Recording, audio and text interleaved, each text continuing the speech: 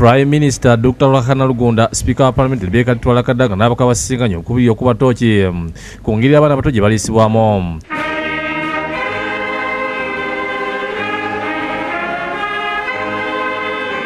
Bano okusingana kiddiyo omuwendo gw'abaana abakonzibwa okweyongera nkati bawulira ddala obukadde 10 era nga basinga ku bano bali mu kufuna ekyemisana wadde ekyeggulo. Ensikana ebadde ku ofiisi ya Prime Minister mu Kampala era ng'ewomeddwamu omutwe omubaka w'obutemba Kawunti Pentagon Kamusiime. Olwaleero nze njagala kuga nti Katonda alina bw'alabikidde ensi yaffe Uganda.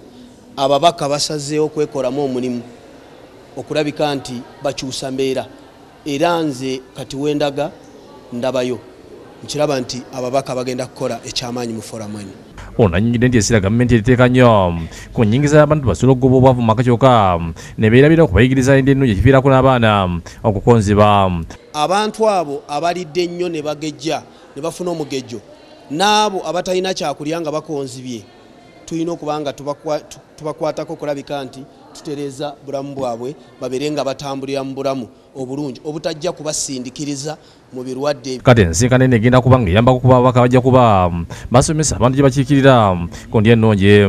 Wano kadaga akasizza nga waliwo abakozi ku magombola gavumenti byasasula okulondola embeera z'abantu okuli n'endya ennungi obula nga tebalina kye bakola okujja okufuna obufunyi omusaala.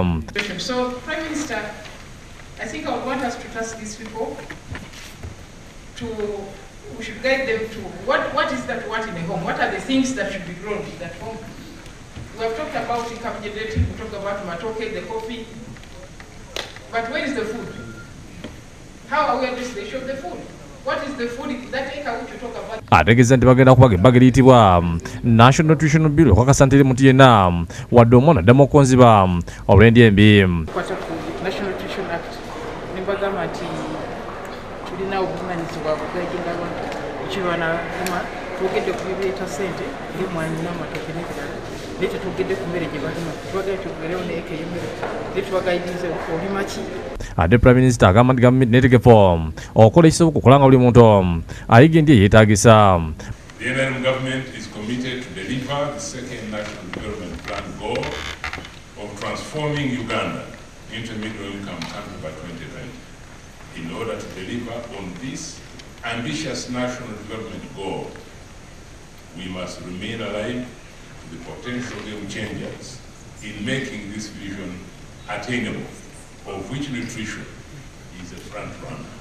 Bano bamuliriza nga batongoza akakiiko kabaka aba Parliament agenda okakasa nti ekizibu kino kinogera eddagala mu ggwanga. Omuntu alina eddembe okuliisibwa obulungi, si ddembe lyakwogera kwokka nakwekalakaasa nakukola ki. Tulina okumanya nti n'eddembe ly'okuliisa abaana ne babeera bulungi tulina okulirwanirira. Abantu abalwadde tebasobola kukolera ggwanga lino kukulaakulana. Wabula batongoleza akakiiko ako ng'ebitundu ebimu byagoyebwa enjala nga n'oluusi balema okufuna kye balya. Robina Nantale n'Obedi Lutale bakisakidde eggulu lino lwa Bukedde TV.